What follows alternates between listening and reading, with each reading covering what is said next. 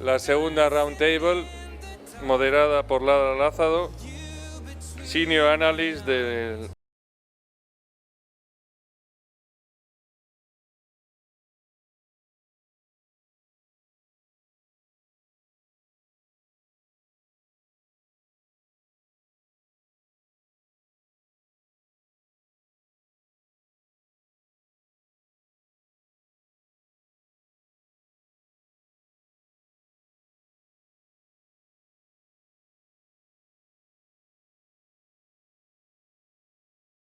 Ponentes hoy hablaron en inglés. So the first question that we've been asked is why a panel on gender, climate and energy? And as two sides of the same coin, one cannot be dissociated from the other. So acting on climate change is inevitably embarking in a low-carbon energy transition. There's also asymmetries both in the energy sector and in climate change as regards gender issues. We don't have a lot of data, so gender disaggregated data we will see is an issue. In addition to that, with the data that we do have, we know that the impacts of climate change, especially extreme weather events, are asymmetric in terms of how they affect men and women. We know that access to resources and education, especially in STEM areas, so science, technology, engineering and maths, is also asymmetric, so women tend to take these subjects less than men in percentage terms. They access less, therefore, to the job market, and they are less recognized in terms of pay gap and in terms of positions. In terms of decision making, there's also asymmetries between men and women. And in behavioral terms, and I think here comes the more optimistic view, is that women tend to be more concerned, so the impact is not very large, the differences are not very large, but they are significant and they are consistent across analyses. The business opportunities come from a greener consumption profile by women. And in terms of the social license that was mentioned before, there's a recent poll by Pew Research Center that tells us that Europeans and other countries, so 14 European countries that were polled, and the Ukraine, Russia, and the US, gender equality was the second top priority in terms of values for a load of countries. So that includes Sweden, the UK, Netherlands, Germany, and Italy. So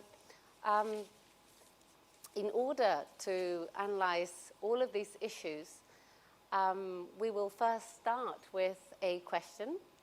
So before giving you the answers through the panel, we will first start with a question. So can we please have the question?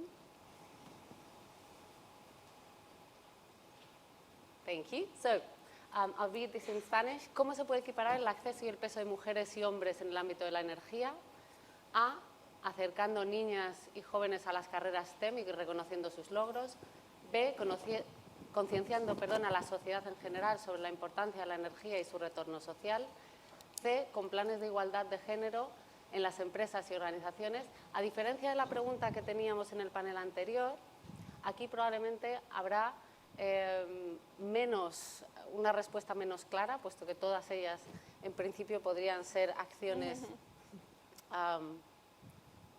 interesantes. ¿Han votado ya todos? No, veremos yo creo que las respuestas un poquito más adelante. Okay, so here to talk about all of these issues, we have an exceptional panel. We have Dr. Anila Neverton-Kober, who's Distinguished Fellow at the Grantham Research Institute and leading the Governance and Legislation Research theme.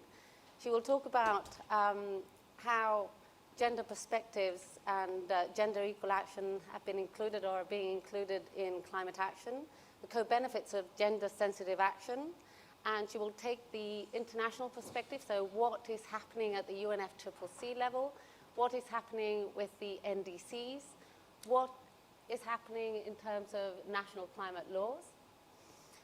Following on from that, we will have Dr. Monica Araya. She's a renewable energy advocate and advisor and founder of Costa Rica Limpia.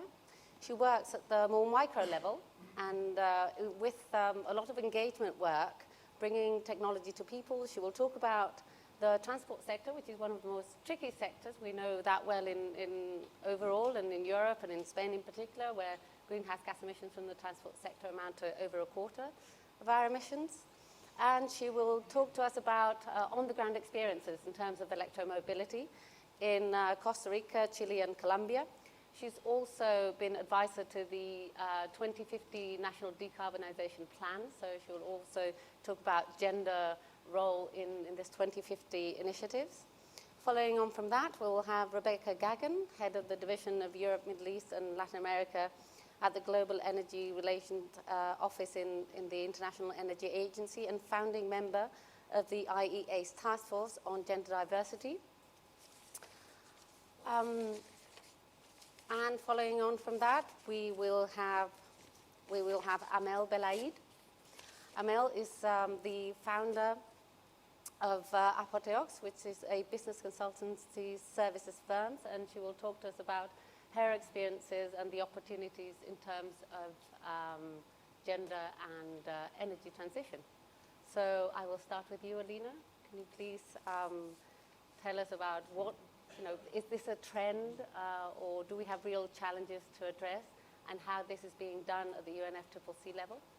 Thank you, Lara. I think this is a very important time to have this discussion that we're having today, not the least because gender and climate change is going to be one of the topics for the COP25, the Conference of the Parties, which is meeting in Chile at the early in December.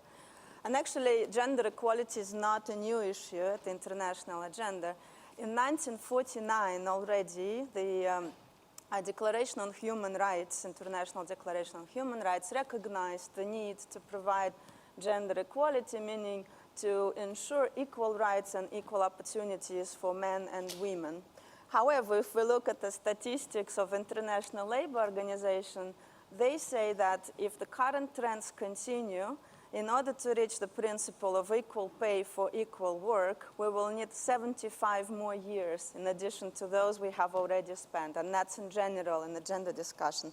And I think as Lara just outlined, in relation to climate change, the issue is even more urgent because of vulnerability of women, but also the important role that they play in solutions on climate change, which is actually the area less recognized in international discussions. So in the context of United Nations Framework Convention on Climate Change and the international climate negotiations, I think gender entered as an important issue really in the past decade. And since 2012, we actually had a number of decisions taken at the level of Climate Change Convention. I think if we look at today, there are about 50 decisions which mention gender in one way or another. But there are some critical ones, including the Lima Work Program on Gender and Climate Change, which was adopted in 2014, and the Action Plan, Lima Action Plan on Gender, which was adopted in 2017. So why is it an issue at the level of international negotiations on climate change? I think, as Lara mentioned, women play an important part in the concern around climate change. There are a few recent studies which actually show that globally, the membership of environmental organizations, 60 to 80% on average are females. And if we look at grassroots, this is even greater. There is also data which shows that countries where in parliaments females have greater representation, they are more likely to ratify international environmental treaties. However, if we look at the data, UNFCCC data, only 31% of delegates internationally in the years 2008 to 2012 were females. And if you look at head of delegations, only 27% of females would be heads of delegations. The region which actually has better performance, the best performance as internationally as the UN region, is Eastern Europe, where the share of women in delegations have reached between 44 to 55% in one of the years. So, to address this challenge, at the UN level, we have adopted this action plan on gender and climate change. And the plan has several pillars that it suggests the international community needs to address. One is capacity building offering capacity building and training and leadership and negotiating skills to female delegates so that they can be more effective in participation in climate negotiations. Secondly, sharing information and just raising awareness, producing also guidance to countries so that they take gender issues into account. So that plan was very much celebrated, and this year at the COP, there is a process which will have to look at progress made so far in implementing the action plan and some of the key decisions. And to aid that discussion, the Secretariat of Climate Convention has prepared an assessment which was published just a few days ago. So what do we see from that assessment? We see very little progress in actually implementing all of these good intentions which were declared. The first year where the share of female delegates has risen was 2018, and that share reached 37%, which is just a few percentage points above. But this year we have seen a decline again. What we're also noticing, there are more female delegates attending technical meetings, which would be intersessionals. But when it comes to the COP meetings where the main decisions are taken, again, there is a dominance of male delegates, and particularly in the decision-making positions. So what can we learn from this experience? And I think there are several points of learning. Firstly, the international framework provides important guidance and raises awareness, but the key decisions on appointments into delegations are taken at the national level. So we need to really tackle national decision-making much more actively to make sure that countries address this issue. Secondly, what we notice is that just setting the target is not enough. There are a few delegations where there has been remarkable progress on gender issues. And the difference that we see in those countries is that the targets were actually complemented by funding mechanisms, which would provide, for example, Germany has created a program, also Finland, which specifically provides travel and training funds for female policymakers and experts. Also sanctions, very interesting mechanism from the Interparliamentary Union, for example. For their council meetings, they allow countries to nominate 3 delegates if at least one of them is female.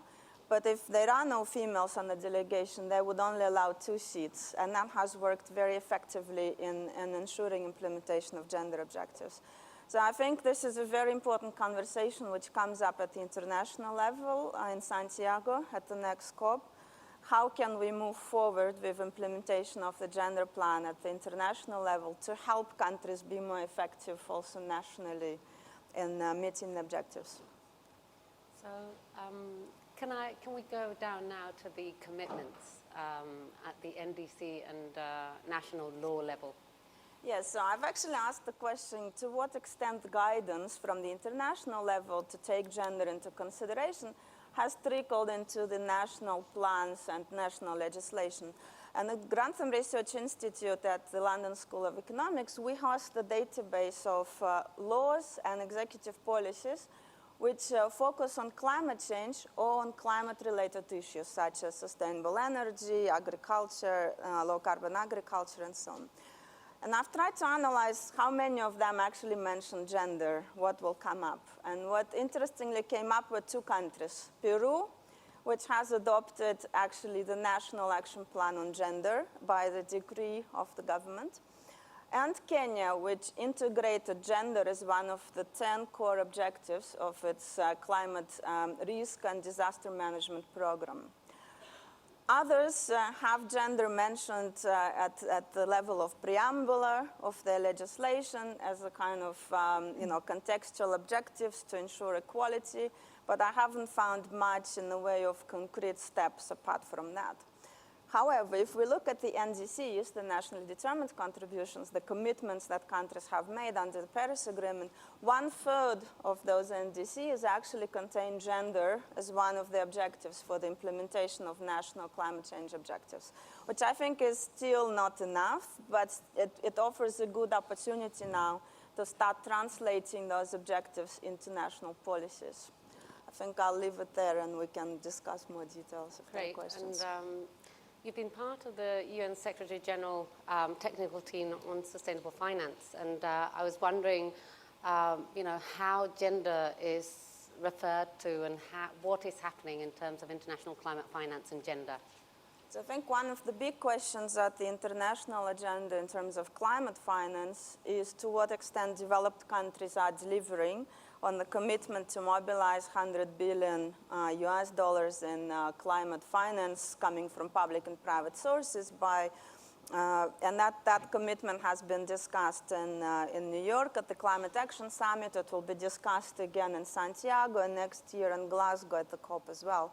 And one of the important issues that we see, apart from the insufficient public finance still being provided to climate action in developing countries, are the equity aspects of that climate finance. One of the concerns has been ensuring that it reaches the most vulnerable. And so far, the focus has been mainly on ensuring that sufficient finance goes to SEEDs, small island developing states, and to least developed countries. However, we don't actually have the data to unpack that climate finance to assess to what extent actually gender aspects are being addressed. And I give you an example. Once I was at the climate finance meeting and there was a presentation from Bangladesh. They were talking about a fantastic project on paper to improve climate resilience and to address the risk of flooding. So they have received international support to build shelters, which are basically like open houses with a roof, which are raised from the top of the earth, and they're maintained by 4 pillars. So these shelters were built, and the idea was that when there is no flooding, they could also be used for community gatherings. Well, what they didn't take into account was that the majority of population are predominantly Muslim, and so women would not go into the shelters together with men when flood is happening, because those shelters were designed as mixed spaces. If women don't go, it means children don't go either, and so sometimes men wouldn't go as well if the whole family is staying. So the project actually failed to meet its purpose, but if you analyze the gender aspects beforehand, you could actually plan for dedicated spaces and address this issue and save many more lives. And this is one of the examples of how not addressing gender issue is impacting a lot of the climate finance being provided. Just to mention to close, there is a flip side on the opportunity. And I think increasingly there is recognition that taking into account gender issues could make climate finance projects much more viable. I think colleagues will talk about energy space, but I'll mention there is data that in the digital gap, 85% or 84% of females have access to mobile phones compared to the same access that men have. So we have a gap of about 15% in terms of access to digital space and communication for women. And McKinsey estimated that just bridging that gap by providing access for females to mobile phones would generate a market opportunity over 170 billion US dollars. And there are many similar opportunities in terms of mitigation and adaptation interventions. So I think we have a challenge. So in the task force on climate finance, we recognize that access for most vulnerable is the next big topic that we have to focus on for the finance discussions. But currently, we actually don't have the means to assess particularly the gender aspects. So I think this is an important political but also research topic going forward that we need to collect more information about. Thank you, Lina. I'm going to jump onto Monica because I think we're a little bit tight on time. And, but still, I'm not going to leave the sort of climate legislation space. So the first thing I would like to ask you about is your involvement in the 2050 strategy. We know long-term planning is absolutely key and certainty is absolutely key for any sector, especially for the energy sector. So I'd like to know, the role, what is the role of gender in long-term planning in your experience? Esta mañana, cuando el presidente de tu instituto habló, dijo una frase hermosa. Y esa frase hermosa es que nosotros necesitamos nuevos mapas de la realidad. Y mi trabajo en los últimos años ha sido tratar de construir esos otros mapas. ¿Por qué? Porque los mapas que tenemos de la realidad capturan una parte de la realidad, pero están olvidando otra. Entonces, lo primero que quería decir es que en ese nuevo mapa de la realidad que está emergiendo, la credibilidad de ese mapa vendrá por si tiene elementos de ciencia, porque crear ideas políticas o económicas que no estén ancladas en la ciencia van a llevarnos el navío a un lugar que no es al que queríamos llegar. Entonces, en ese nuevo mapa que estamos viendo, es un mapa donde hay menos contaminación, es un mapa donde hay un esfuerzo más deliberado de superar ciertas tecnologías, sabiendo que es difícil, sabiendo que el ser humano resiste y le enojan los cambios. Y luego, yo no trabajo en temas de género, pero obviamente soy mujer y me he enfrentado a la realidad de trabajar, por ejemplo, en energía y transporte, en ambientes donde se asume que las mujeres no sabemos de transporte porque es como una idea que se ha construido y me ha hecho mucha gracia porque muchas veces me hacen toda una cátedra de por qué, por ejemplo, los coches eléctricos no funcionan y la persona nunca lo ha conducido y luego yo le cuento que he manejado coches eléctricos hasta en Bielorrusia o en Escocia, en 13 países. Entonces, aunque no trabajo en género, me he dado cuenta que ha sido una constante en mi vida porque muchas veces me ha tocado ser la primera en algún evento o en un proceso. Entonces, aterrizando en Costa Rica, y voy a terminar con el plan de descarbonización. Ese plan de descarbonización no fue que un día nuestro presidente se tomó un café en la mañana y dijo, voy a hacer un plan de descarbonización. Así no funciona la política. Cuando una persona que está a cargo de un país toma esa decisión es porque entendió que eso era popular. Y parte de lo que ha hecho Costa Rica Limpia, la organización que fundamos hace 6 años, fue trabajar con la gente. A la gente le importa el agua, lo vimos en la sesión anterior, a la gente le importa la comida y como dicen en inglés, therefore, le importa el cambio climático y muchísimo. En países como México, el 80% de la población le importa, en Brasil el 72% según el último informe, encuesta de opinión, hay que usar datos. ¿Por qué? Porque es intuitivo. Si uno tiene un bus que cuando uno cruza como mujer trabajadora que va a limpiar casas y ese bus huele mal y cuando yo paso tengo que taparme la cara, es obvio que cuando llega un bus eléctrico que no tiene tubo de escape, que no huele, que no hace sonidos, ruidos, es obvio que intuitivamente me gusta lo limpio. Entonces lo que hemos visto con la gente es que cuando les preguntamos, no les preguntamos si les interesa el cambio climático, porque esa pregunta es muy abstracta. Cuando uno le pregunta a alguien, doña Enipsia, ¿a usted le interesa el aire sucio o limpio? Cuando usted trabaja, ¿le gusta que haya agua o que no haya agua? Entonces, hemos descubierto que el protocolo con la ciudadanía no existe, porque las preguntas muchas veces son políticas por quién va a votar, una empresa le pregunta cosas que no están tan aterrizadas. Entonces, ¿qué hemos hecho en particular? Hemos hecho consultas ciudadanas, hemos hecho foros que se llaman Costa Rica sin petróleo, y un salón como este se llena, y la primera vez que lo hicimos me llamaron y me dijeron, mira lo que pasó, la gente se salía del salón. Y cuando yo me iba a hablar con la señora, le decía, disculpe señora, ¿por qué vino? Digo yo, Costa Rica sin petróleo, ¿qué le gusta? No sé, a mí es que todo lo de energía limpia como que me parece que es bonito. Entonces, lo que empezamos a ver es que había una gran oportunidad porque esto lo quiero conectar con lo que dijo el presidente de WEC en la mañana, vamos hacia un mundo donde hay que poner al consumidor más al centro. Entonces los debates, de pronto me di cuenta que eran debates que les faltaba una pata, porque le preguntaban al político qué quería y el político solo piensa en 4 años o 5, y le preguntaban a alguien del sector de autos qué pensaba de la movilidad eléctrica pues ya se pueden imaginar la respuesta. No, a la gente no le importa, estamos a 10 años, esos coches les falta mucho, la gente tiene otras prioridades. Entonces, ¿qué hicimos?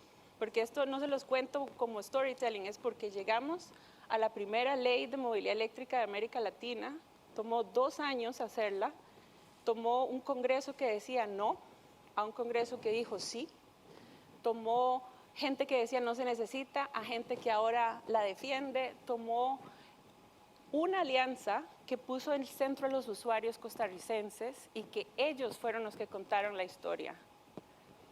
Y lo que es muy interesante de contar la historia desde el consumidor es que lo que se cuenta no es un producto ni una tecnología.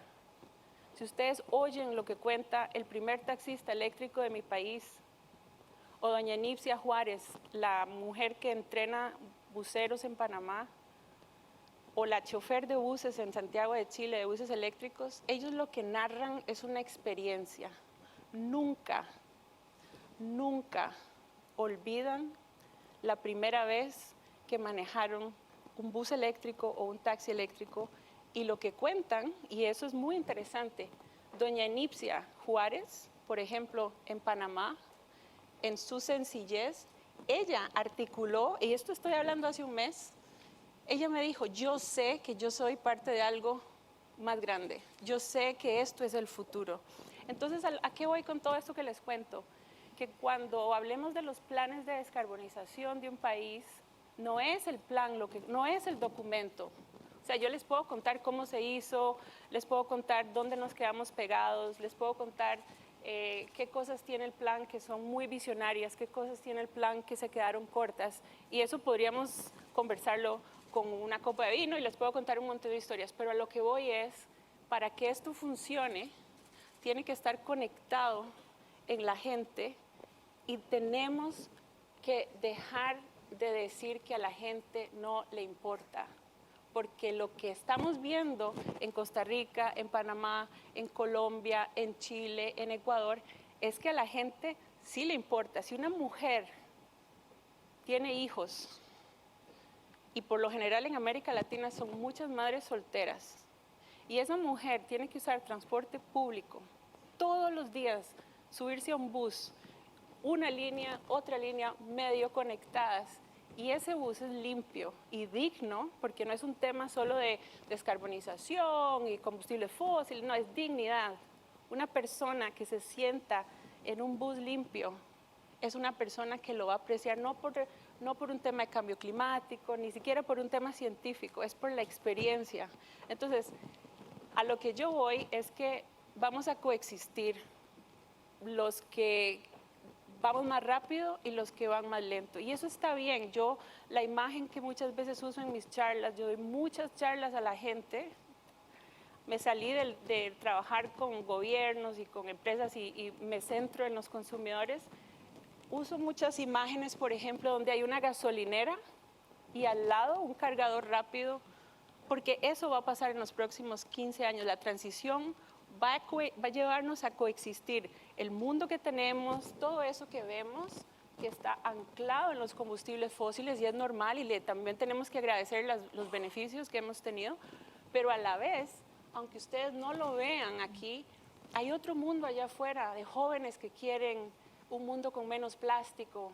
Si ustedes le preguntan a un joven costarricense en este momento qué es lo que más quiere, ese chico o chica va a decir, quiere más experiencias en el océano, quiere nadar, hay una cuestión ahí con la agenda azul que se ha despertado, y el plan de descarbonización, que me imagino que es lo que más quieren oír, es un plan, el primer plan de un país pequeño que oficialmente dice, queremos ser el primer país en desarrollo que pueda prosperar y vivir mejor sin combustibles fósiles. Y esto yo no lo quiero decir de forma ofensiva, porque no es para que la gente que trabaja en oil and gas se sienta mal. Lo quiero decir como que tomen a Costa Rica como un experimento, porque puede ser que no funcione. Yo no estoy aquí para decirles que tengo las respuestas. Lo que les quiero decir es que ha sido fascinante, que el gabinete lo aprobó, la ministra de Economía es mujer, la ministra de Comercio Exterior es una mujer, la ministra de Planificación es mujer.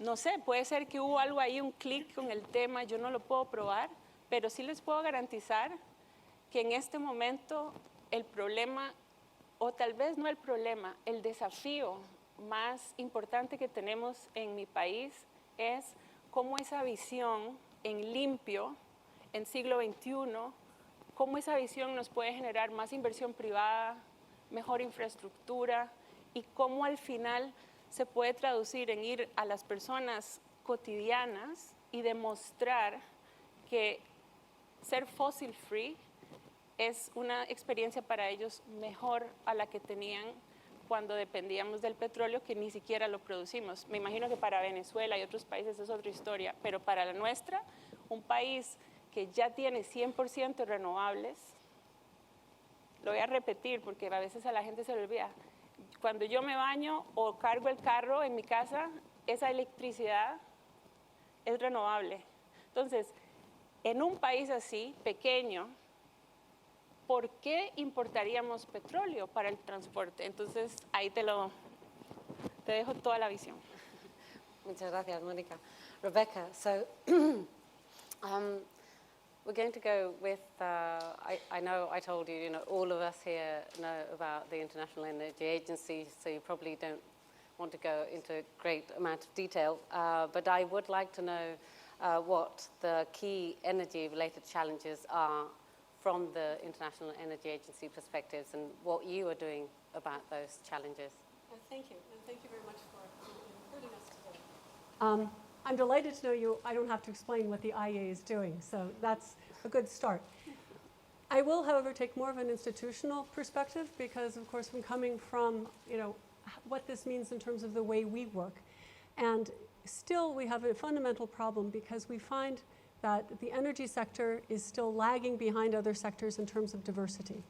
And just for example, the total number of women working in the energy field is estimated between 18 and 22%.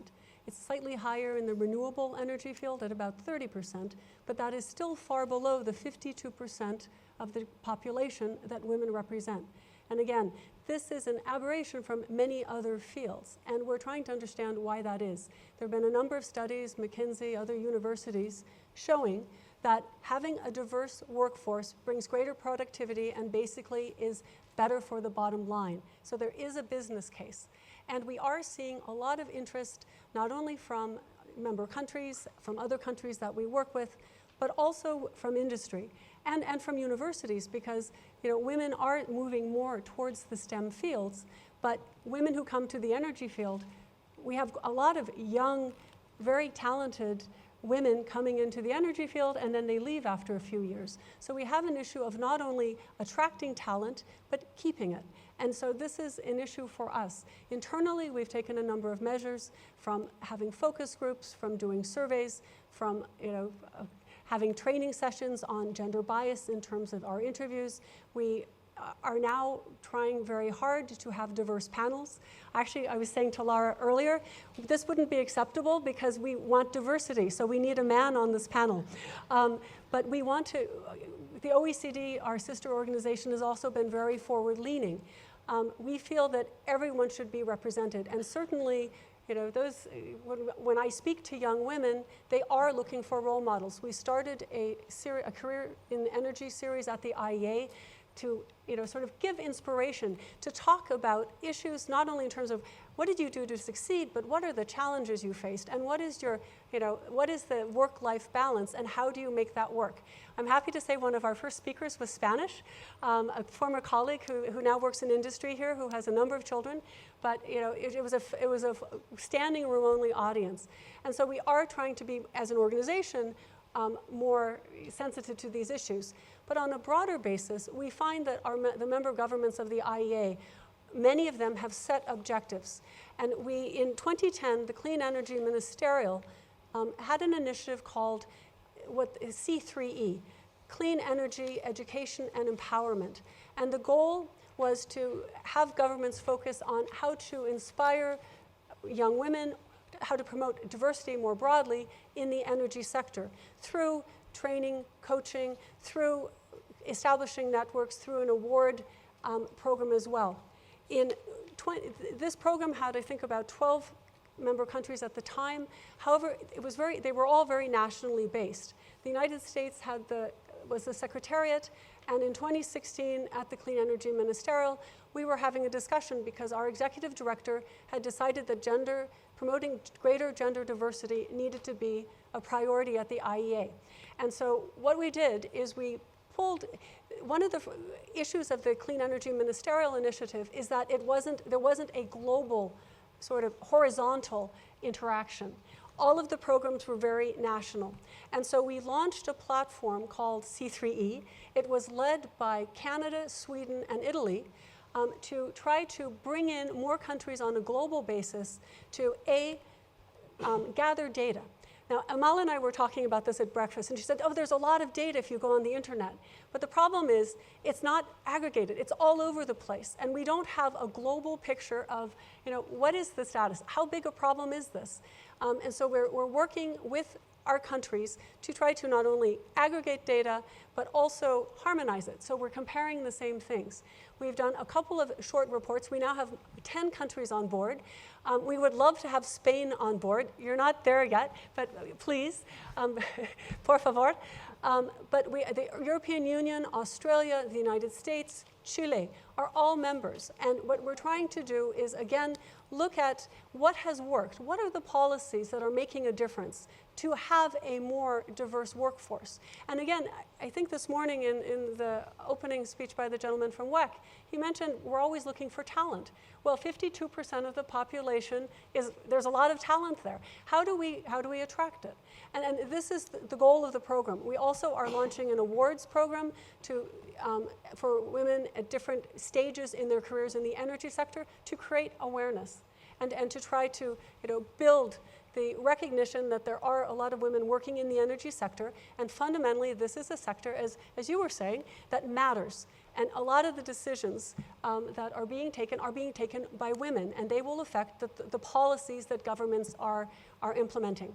Now, there's a second aspect in terms of, that's sort of more the operational side in terms of bringing women into the energy sector, but also substantively. There are a lot of issues that we look at as the IEA that have a gender dimension, and we haven't really focused on these as much as we would like to.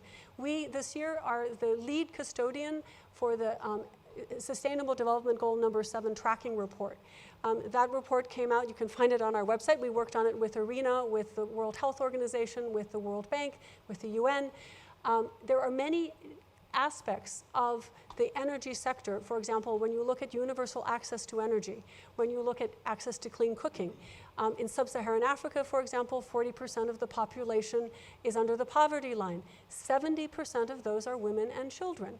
And so what kind of impact is this having as we analyze and then come up with policy recommendations? There is a true gender aspect that we feel needs to be more mainstreamed. I'm delighted to say that we actually are hiring a specialist on energy and gender. I think the job description's up on our website at the moment because we want to focus more attention on this and actually get the numbers. Our work is fact-based, and until we have better, more consistent information, we feel that we can't really analyze what's going on, understand the trends, and then offer some solutions. Thank you so much, Rebecca. Thank you for giving us homework. So we need to be with you on this and job opportunities. It's refreshing to see that when we come to an event like this, jobs can be sort of offered. I'm now going to go and following on from those opportunities to Amel, and so that you can tell us your experience in energy and gender and what the opportunities and challenges are and your case study experience, if you will. Okay. Thank you very much. Well, first of all, it's a great opportunity to be here and listening to this plenary session this morning that gave many hints and many highlights about the future trends and the key issues that will face the energy sector was really very informative. And when I listened to the statements that were given this morning, what came up to our mind is that, we hear brilliant speeches, we have excellent studies, And we have also amazing statements by worldwide leaders like Kofi Annan, who said years ago that, we cannot conceive a sustainable development without women empowerment. But then when you come back to the reality of what is happening nowadays in everyday life, it's not happening. And why is it still not happening?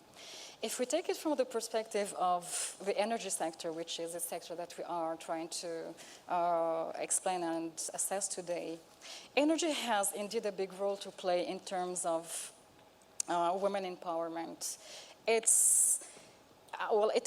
can play a dual role because, first of all, if we take it from the perspective of being there, giving access to energy is the first way, to giving access to human rights, which are the development, which are the access to a better life, to welfare, to time also. And from that perspective, it is also opening a very interesting window in terms of business opportunities to women, employment opportunities to women, and more involvement of women, not only as a beneficiary of the energy, but also as a real actor in research, in development, and also as a producer of energy. And this is the area that we don't really hear much about. And to come back to the question of how do we perceive the gender dimension. Very often what we live on the ground in the institutions, even in the large organization and in the corporate sector, very often we have information. It is a concept that is now more and more being conveyed and promoted, but there is a misconception of taking it from the human rights perspective. But if we come back with concepts like what is the impact of more gender balance on the global growth of the economy, what is the impact of more equity on and a diverse team on performance, on maximizing profit, on the cost reduction, then maybe we will have more interest. So it's not only a matter of the reduction of drudgery, of reduction of poverty, but there is also dimensions that are not maybe spoken enough about, and this is maybe one of the reasons that organizations are having bias and not being lagging on the issue. And which brings us to the second question: why is the gender dimension important in legislation, and why is, more simply, gender mainstreaming important in gender policy? If we look at all the literature, the available literature at least, and what we can take benefit from today, there is a very interesting initiative that was led by and funded by the UK government and conducted by Energia. And that was a program that took 5 years, implemented in several areas of the world, and in partnership with universities, with academia, with research centers. And it has brought to the surface interesting highlights. We speak a lot about the importance of data collection, etc. But the interesting fact that was brought to attention is that it is true that women, of course, are not represented in a substantial way in the decision-making process. But it's not only important to have women sitting in boards. It's not only important to have women sitting during the design of policies, during the implementation of policies, and during the execution of the policies, but it is also very important to have them involved in the monitoring and evaluation of the policies. And this is the area that maybe is not highlighted enough. Another element that is also that resulted on the consensus between all the energy, all the research work that was done, and overlapping this with the local initiatives that are mapped to the context. And I agree with you that sometimes we introduce change that are not maybe consulted from the bottom up to be successful and adopted. And the second element that was brought into attention is that women involvement should also be in the supply chain of energy and not only as a user. So it's not only the practical use of energy that matters. We need really to give a very special attention to the role of women in the supply chain and also in the production phase, which are business opportunities to produce and businesses that do attract women, in fact. And the results of this initiative, of course, led to important recommendations, and I took only two that sounded maybe very important to me. So again, I will repeat it. I mean, the implication of women in the design of the monitoring tool and evaluation of the public policies is really a key success factor that was consensual over all the regions that were studied. And the second element in the policy making was the promotion of equal opportunity strategies for women that translate their energy needs, as I mentioned, not only in terms of use, but also in the production and implication in the production phase. So, well, what's the way forward? What's the way forward? I think that, we hear since this morning, and we hear also what comes back very often, that there is an increasing need of data collection. There is still a need for understanding more the relations between energy transition, climate change, how women react to the use of a specific technology, what would be their role in the transition in a specific field.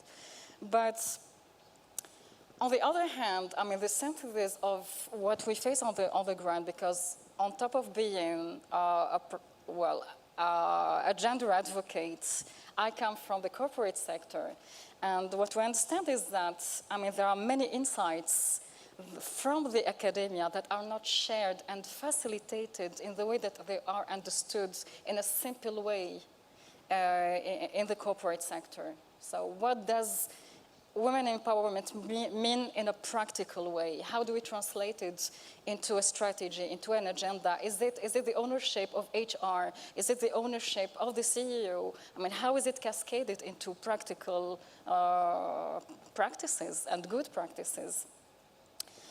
And this need of dissemination is also very important at the level of the strategic organizations that carry the programs. I have just a few words to add. And in terms of capacity development was cited, but the takeaway is that, the research should really also act as a catalyzer, which brings us to the important role of the private sector. And we heard that today, in the key challenges that are ahead of us. What will happen in 2050? We hear very often, the same concerns in terms of participation, but how is this really mapped to the future challenges, the transition at the horizon of 2050, and not only the SDG 2030? So the SDG 5 and 2027. How can we speak about women empowerment and the women role in the energy without mapping this to the digital transformation? How can we attract talent and retain talent without, bringing to the surface that, there is an increasing interest in mapping the needs in terms of skills in data collection, data analysis, the data processing that comes in the second position after the technical skills. How can we not take into consideration that the future generation and today's generation that is going to take over, the Zillennials, is also interested in companies that respond to their basic need of now having working for a company that has a purpose, which is a very important factor of attraction and a very important message to convey to this generation that now considers that the energy sector is a fossil sector in terms of mindsets. So all these concerns were brought to surface, and I will just conclude with the fact that we are in an era where we do speak a lot about of course, the increasing need to bring this second leg to move towards the energy transition and development. But we are also in an era where we see that there is an increasing need for women empowerment and youth empowerment who want to participate and that have this political consciousness, and the social also empowerment that now is seeking to have more and more information, that wants to be included in a participative process, and who is now today reacting under the form of putting the politicians in front of their responsibilities and not hesitating to tell them, go back and do your homework and come back again with a plan that is good for the planet, that is not only consumer-centric, but is human-centric. Thank you very much, Ramel. Thank you. And with that, I will go on to the questions, because we've taken up a little bit more time than I thought.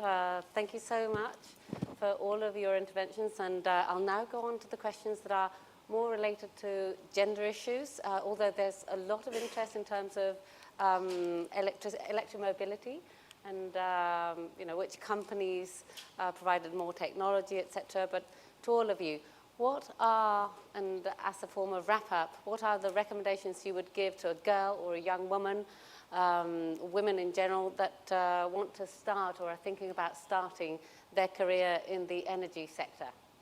So can I start with you, Ramel, for example? Sorry, can I have the question again? Yes, so what are the one key recommendation that you would give to women that are thinking, or young women that are thinking about starting their careers in the energy sector? If you had to choose one. Well, just go for it. It's really an exciting sector. Just go for it. So, okay, Alina? I'm a former energy professional. Yeah. Well, similar, I think, dream big and don't be afraid. I think this is one of the key sectors which has the most exciting and the most challenging things to come in the future. Thank you.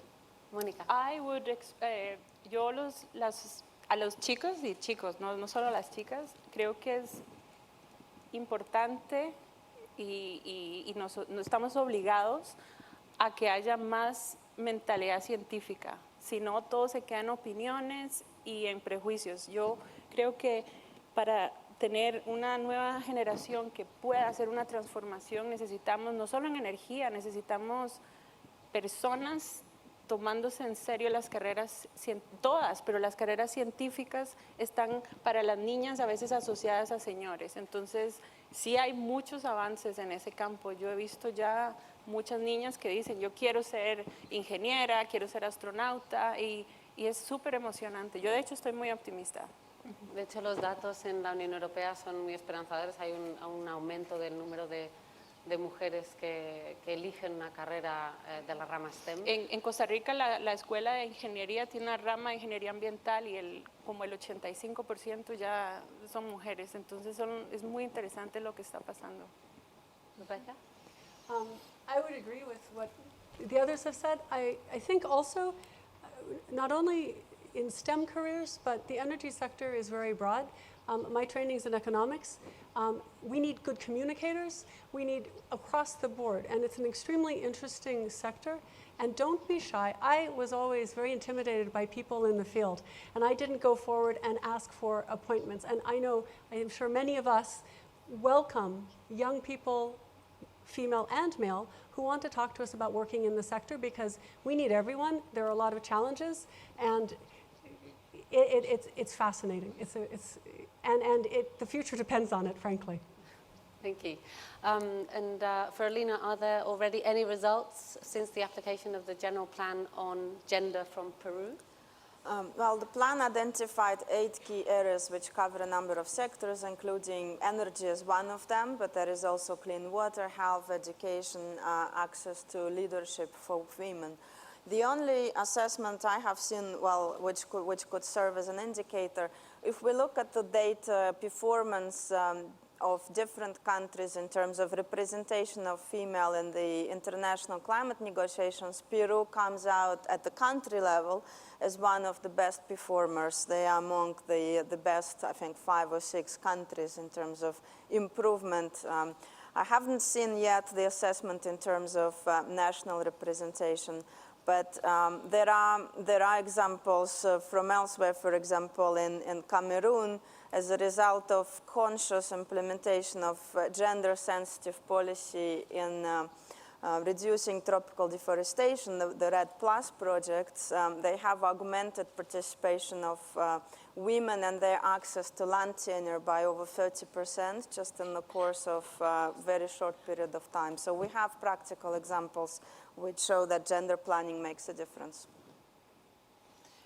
Solo quería agregar que, porque hay varias preguntas de movilidad eléctrica y creo que eso sería como un tema aparte, pero volviendo a lo del plan y la ley, lo que fue muy interesante es que nuestra aliada, la que nunca nos abandonó en esos 2 años donde el Congreso no quería la ley y luego más bien ahora es el trapito de dominguear, es una mujer y fue muy interesante porque a quien más había que convencer era a los dueños de las agencias de autos que no creían que iba a haber demanda. Y ahora cuando vemos que hubo un incremento de la demanda del 500% en Costa Rica, Bloomberg, vean el informe de Bloomberg de vehículos eléctricos para América Latina. Número 2, la CEO de la utility, ¿no? De la empresa eléctrica por primera vez en la historia, desde los años 40, es una mujer, está muy comprometida con esta visión. La persona que dirigió el Plan Nacional de Transporte Eléctrico, porque está la ley y luego está el plan y del plan vienen los reglamentos para infraestructura, hay placas verdes para los autos, hubo un montón de cuestiones más culturales. Laura es una mujer. Y luego lo que es muy interesante del ecosistema que estamos creando es que cuando uno ve quiénes están, hay mucha mujer que te dice, a mí el tema del transporte como tal, o autos, o buses, no me interesa, pero lo que me interesa es que sea limpio. Entonces, lo que estamos viendo es que la sorpresa que se llevó el sector de autos en Costa Rica, que no los producimos, pero para bien, es que sí hubo demanda.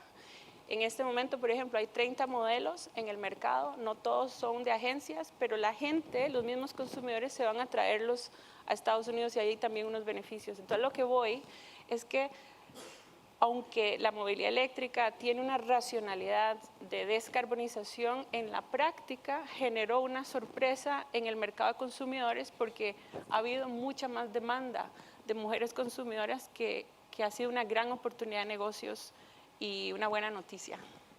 Gracias. Another one for Alina on the importance of gender equality indicators. So are any projects or initiative to work on at the international level, so indicators? Yeah, so that was actually one of the takeaways of the assessment done by the Climate Change Convention, the Secretariat, is that at the moment we are lacking very concrete guidance to countries and to organizations. There is a bit more at the organization basis in terms of how they can improve performance on gender issues. And so there is quite a lot of effort being put into that area at the moment. There is, I think UNDP, United Nations Development Programme, has developed several toolkits for countries in relation to climate finance, making it more gender equal and gender sensitive. And basically what we talk about now is mainstreaming gender really into the climate policy. At the level of UNFCCC, there aren't any indicators adopted yet, apart from reporting that the Secretariat is doing on the delegation some of the numbers that I mentioned. That has been mandated. But I think the conversation in Santiago might actually go into that. Do we need some further indicators at the level of Climate Change Convention as well? And I'll end with one for all of you to answer, if that's okay. So how does a male-dominated energy sector affect energy transition? And with that, we'll wrap up and go to the answers. Rebecca, do you want to start with the easy one? The easy one. I don't think we know, but we do know it's going too slowly. And so maybe by bringing in more women, we'll give it a boost. Okay. Mónica. Yo escucho a muchos hombres, amigos, colegas, algunos trabajan en movilidad eléctrica, otros trabajan en el sector de oil and gas, otros trabajan en el sector de autos, y lo que he notado a través de ellos es que todo esto les ha, pues, de alguna forma sorprendido, pero a veces, digamos, no tengo los datos, pero lo que sí he notado es que casi siempre tienen una hija. Y entonces lo que me han dicho es que no ha sido tanto que leyeron un artículo y se hicieron más activistas del tema de mujeres, sino que ha sido a través de la hija, cuando ellos les empezaron a hacer preguntas, si son personas que tienen una hija estudiando ciencia, le decía, pero ¿de verdad tú crees que hay discriminación en las mujeres en la ciencia? Y era, papá, ¿en qué planeta vives? Entonces, creo que una de las cosas que más tenemos que hacer es ganar estos aliados que están súper dispuestos a ser parte, porque no va a poder ser como una discusión sobre mujeres hablando de mujeres, sino la sociedad hablando de cómo enriquecer los debates. Y yo veo que los jóvenes también tienen, yo veo, no sé en España, pero sospecho que no es tan diferente. Yo veo en los jóvenes en Costa Rica de la nueva generación una gran capacidad de ceder el puesto y decir, no, este panel tiene demasiados hombres, donde hay una ingeniera, yo le doy mi sitio, y creo que eso es muy, muy, muy positivo también, tenerlos, que se sientan parte de esta transición. Alina. I think the male domination probably deprives the energy sector of two things, the economic opportunity and also potentially of some creativity and imagination, in particular when we talk about decarbonization, the rapid decarbonization that we're going for. I have data, McKinsey has looked not just at the energy sector, but in general at companies which are more gender sensitive and more gender balanced compared to other companies, and they find that those which are gender balanced are on average at least 15% more profitable or have better economic performance. Again, not for energy, but for agriculture, the data shows that if women had the same access to resources and education opportunities as men do in agriculture, the female farms could be 20 to 30% more productive, which could feed 100 to 150 million hungry people more globally, and raise GDP of some developing countries by as much as 4%. So these are some of the studies. So I think that's economic opportunity being missed. And in terms of imagination, I think we talked, that there is evidence that, that women approach, on average, environmental issues in particular slightly different than men do. I think there are studies which show that men tend to go for large-scale grand solutions on average, where women sometimes favor more practical and low-cost opportunities, which has in particular huge implication in the context of low-carbon transition. So I think improving gender balance will help us a long way in terms of grabbing economic opportunity and also speeding up the transition to low-carbon energy that we have to face. Thank you, Alina. And Amel? Well, what should I add to all that was said? Well, maybe one aspect that was highlighted as an area of research, that is the relation between the technology adoption and gender. This is maybe one area that we need to have more information of. But there is also the fact that some of the solutions and the designed product that do not fit the female need may also alter the transition. Well, thank you ever so much for all of your contributions. Now, if I could please ask for the results to our question and see how we've answered to the question about how to increase gender balance in the access and weight of women and men in the energy sector. Pues prácticamente la mitad, el 47% de las respuestas dicen que con planes de igualdad de género en las empresas y organizaciones. Así que, bueno, en este foro tomamos nos apropiamos de esa responsabilidad para hacer planes que aseguren ese mayor equilibrio. Después, concienciando a la sociedad en general sobre la importancia de la energía y su retorno social, y finalmente acercando a las niñas y jóvenes a las carreras STEM y reconociendo sus logros. Esto me sorprende como profesora porque yo quizá empezaría primero por informar a los profesores, ¿no?, a los que estamos impartiendo clase de la importancia de reconocer en igualdad y animar en igualdad. Pero bueno, esto es lo que decimos en este foro. Pues muchísimas gracias a todas. Ha sido un placer y un honor compartir esta segunda mesa redonda con vosotras. Gracias.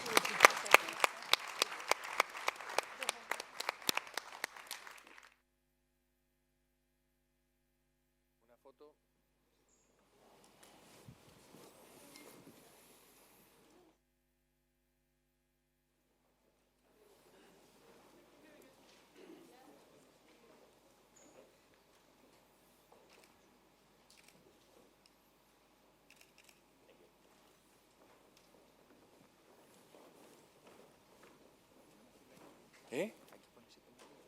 Con micrófonos, dejan un...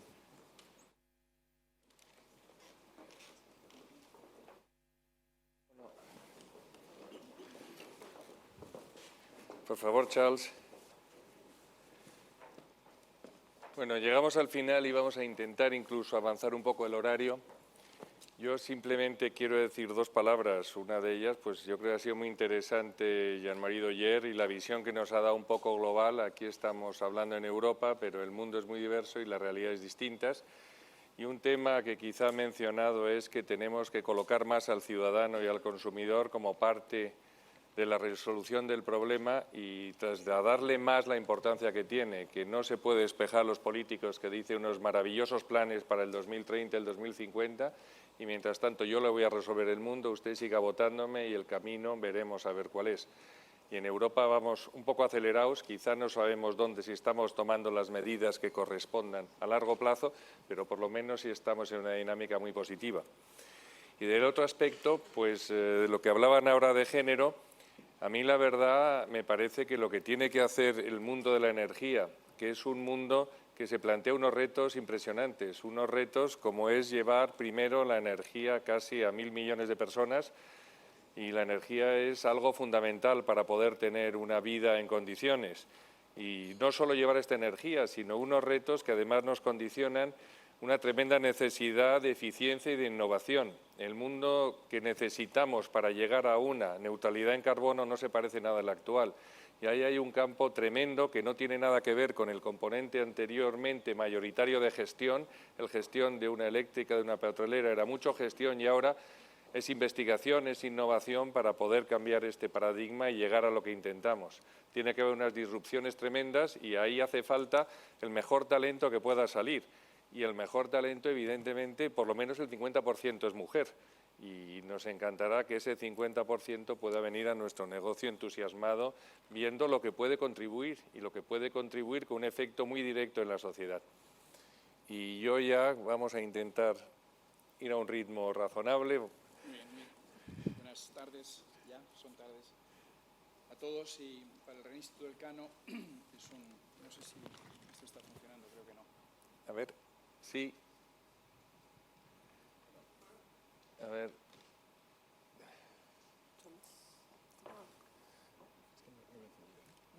A ver si lo hemos encendido. Nada. No tiene batería, hay un problema de energía, al parecer. Quizás de género también.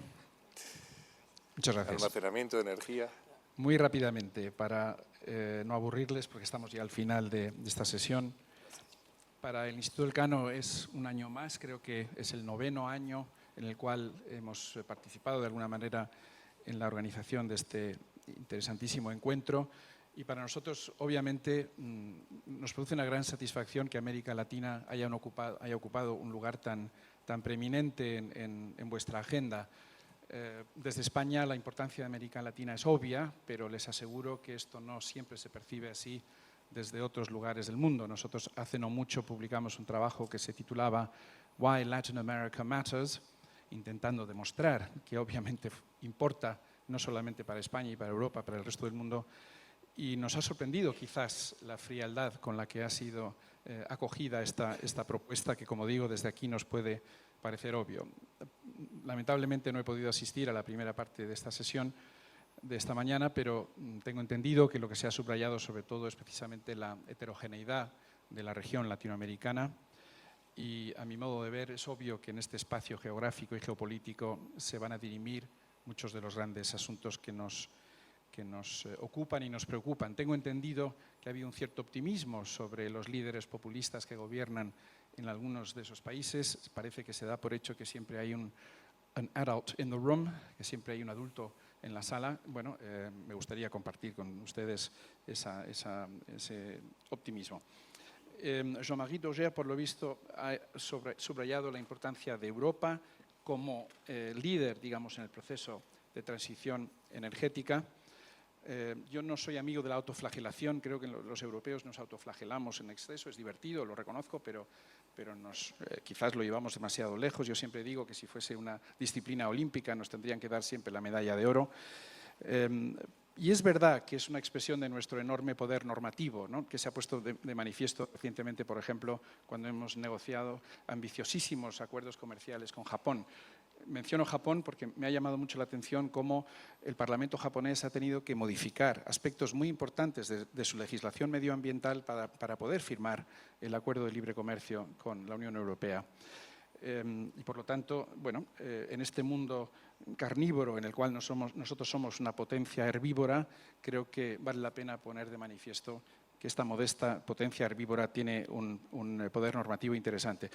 Dicho esto, en el Cano y en muchos otros lugares, obviamente, nos preocupa que no toda Europa está on the same page en lo que a esto se refiere. Hace poco tuvimos una visita de unos think tankers polacos y nos dimos cuenta de que realmente existen otras Europas o otras maneras de ver esta cuestión desde Europa, ¿no? Hay gente muy seria en Polonia que realmente cree que todo esto del cambio climático es un complot que ha organizado George Soros con la pobre Greta Thunberg, ¿no? Me parece que es exagerar un poquito las cosas, pero sí creo, y esto es importante, que tenemos que tener en cuenta las sensibilidades que existen en otros países europeos, exigirles a los polacos que abandonen el uso del carbón en un espacio muy breve de tiempo, teniendo en cuenta el impacto económico que eso tendría para sus economías, creo que tampoco es realista. Por lo tanto, tenemos que ser más honestos y más sinceros a la hora de hablar de los costes de la transición energética y de cómo se reparten esos costes que sin duda van a poner a prueba la llamada solidaridad europea, ¿no? También me preocupa enormemente el Brexit en este sentido. Hablamos mucho del Brexit en términos del impacto que va a tener en el ámbito de la defensa y la seguridad, pero nos olvidamos a menudo que el Reino Unido es un gran líder también en el ámbito del cambio climático. El Financial Times nos informaba hace apenas unos días que durante los meses de julio, agosto y septiembre el uso de renovables fue superior al uso de energías convencionales en el Reino Unido. Por lo tanto, vamos a sufrir una merma tecnológica, una merma de instrumentos financieros y una merma también en lo que se refiere al ámbito académico y la sociedad civil. En lo que se refiere al tema de género, como ha comentado una de las panelistas, me molesta que no hubiera un hombre en ese panel, porque como decía Henry Kissinger, esto de la guerra de los sexos va a acabar mal, porque veo mucha confraternización con el enemigo, ¿no? Y bueno, pues yo también creo que debemos confraternizar cuando estamos discutiendo todos juntos temas que nos preocupan. Yo aquí subrayaría que, como acabas de poner tú de manifiesto, Íñigo, aquí yo lo que intentaría sobre todo es vincular el tema de la concienciación con la cuestión del género. Es decir, una de las maneras en las que podemos intentar que la población se conciencie en relación con el cambio climático es precisamente vinculándolo a la agenda sobre igualdad de género. Y a título más general, pues de la misma manera que Naciones Unidas detectó hace muchos años, y por eso existe una agenda que se llama Mujeres, Paz y Seguridad, que el empoderamiento de las mujeres facilita la recuperación de países después de crisis traumáticas, pues es evidente que el empoderamiento de las mujeres también contribuirá muy positivamente a la lucha contra el cambio climático. Así que, por mi parte nada más, y quiero aprovechar para felicitar a los que realmente han organizado este acto. En el Cano actuamos de acompañamiento y gracias a Gonzalo Escribano y a Lara Lázaro y a todos ustedes por su presencia. Bueno, Charles, vamos a empezar con las preguntas aquí, los distinguidos miembros que tenemos de la front row, y empezando por el orden alfabético, que es un orden que ayuda a todos. Pues Paloma Sevilla, de ELEC, pues vamos a hablar un poco de las redes de distribución, de qué retos encaran las redes eléctricas para actuar como facilitadores de los objetivos de energía, y también en Latinoamérica, por supuesto. Muchas gracias, Íñigo.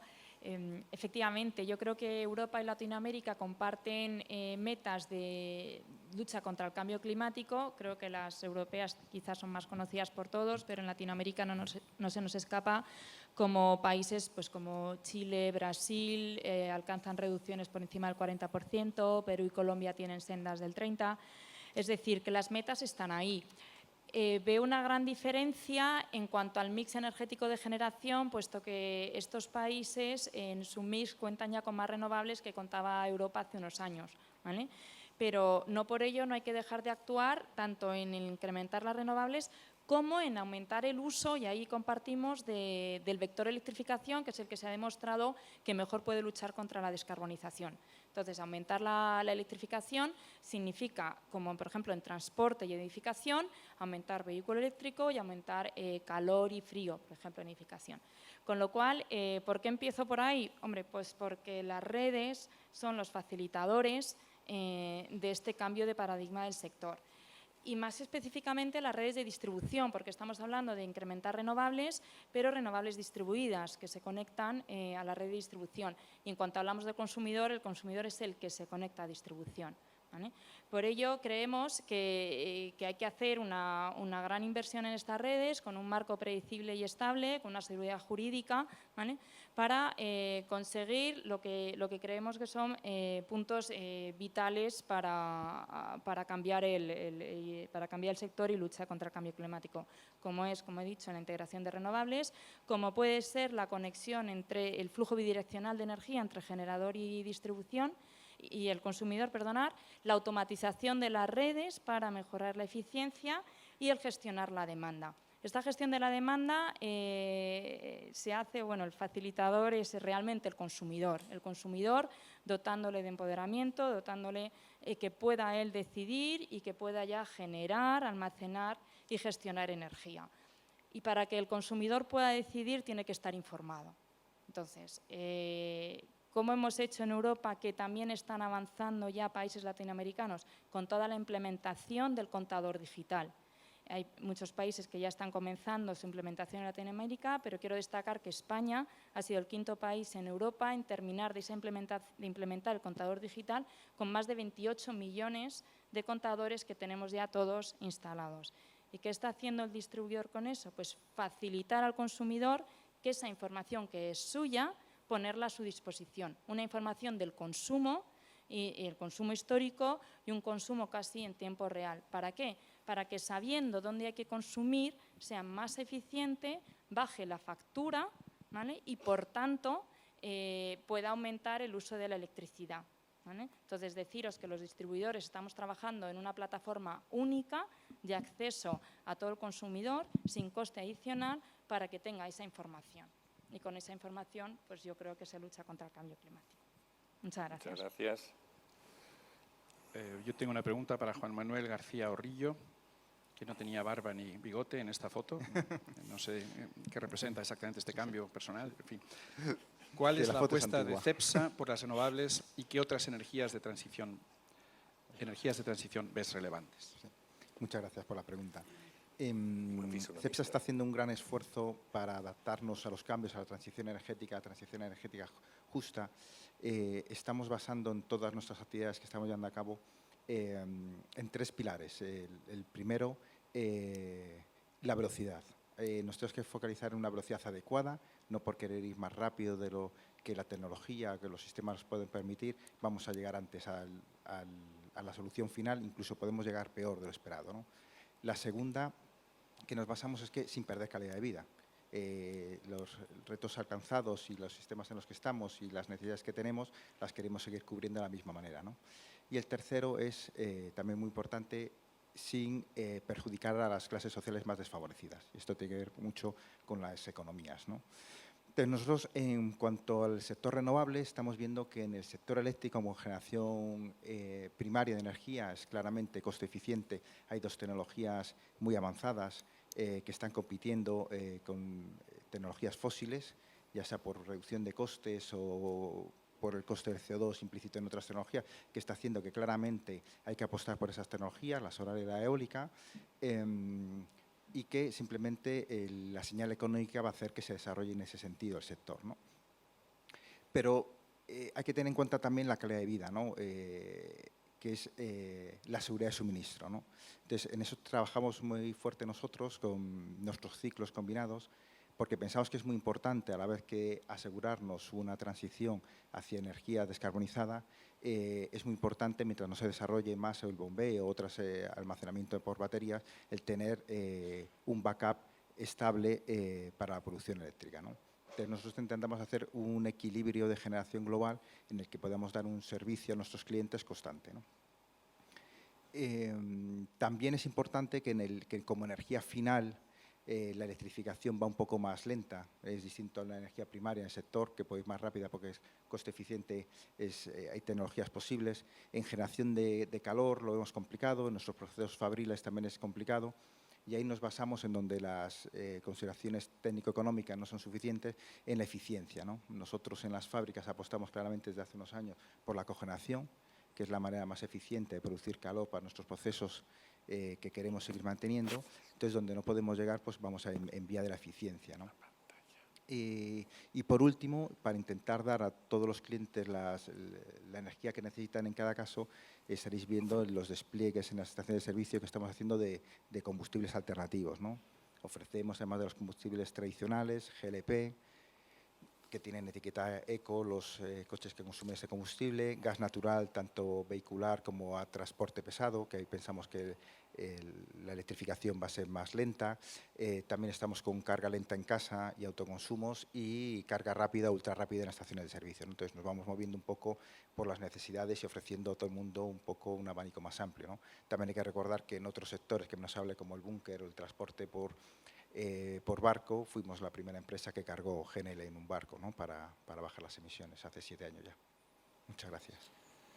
Bueno, Marcos Antuña, de EDP, vamos a que nos hable un poco de los problemas que tienen las utilities en Europa con el precio del CO2, con la subida que ha tenido, lo que ha supuesto en la generación estos años, y cómo compara con la situación en Brasil, que allí no hay CO2, hay mucha más renovable, y cómo se puede afrontar en Europa la perspectiva y los anuncios de precio que nos han dado.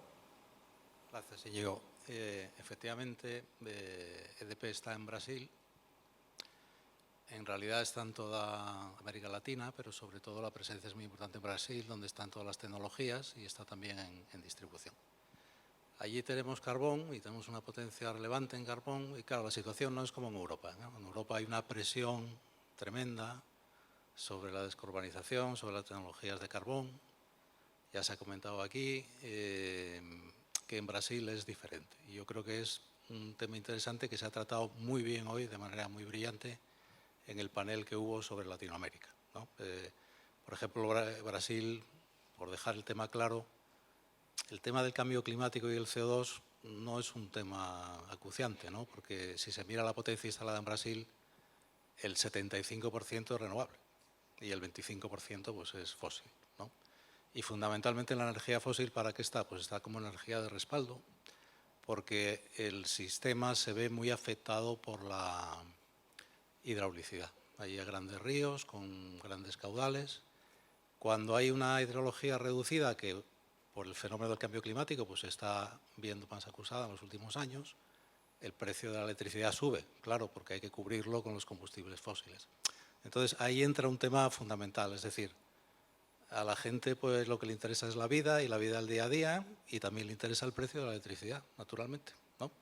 Y la electricidad pues no puede ser cara, tiene que ser barata y tiene que ser asequible para todo el mundo.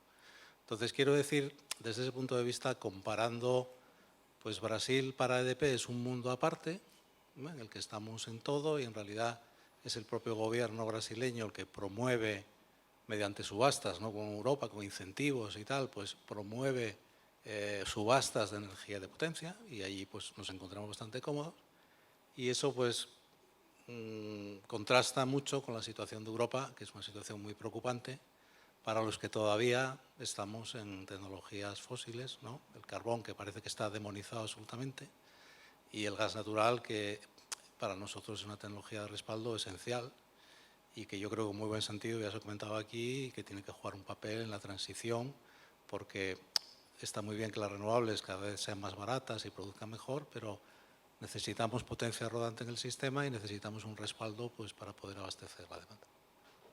Gracias. Bien. Una pregunta para Esther Clemente, que es Director of Development, Compensation and Change Management en Endesa. ¿Cómo se concreta la apuesta de Endesa por la diversidad de género? Hola, buenas tardes. Muchas gracias por vuestra invitación y por la pregunta. Bueno, yo creo que es tan sencillo como estamos hablando de transición energética, estamos hablando de grandes desafíos como es el cambio climático y todo esto lo podemos resolver a través de innovación. Y bueno, alguna de nuestras panelistas también lo ha mencionado, ¿no? Que los mejores resultados en innovación proceden de equipos diversos. Con lo cual, si hacemos una mirada general, ¿no? Y sobre todo las empresas que estamos aquí, del sector energético en general, pues yo creo que todas compartimos también un origen muy parecido.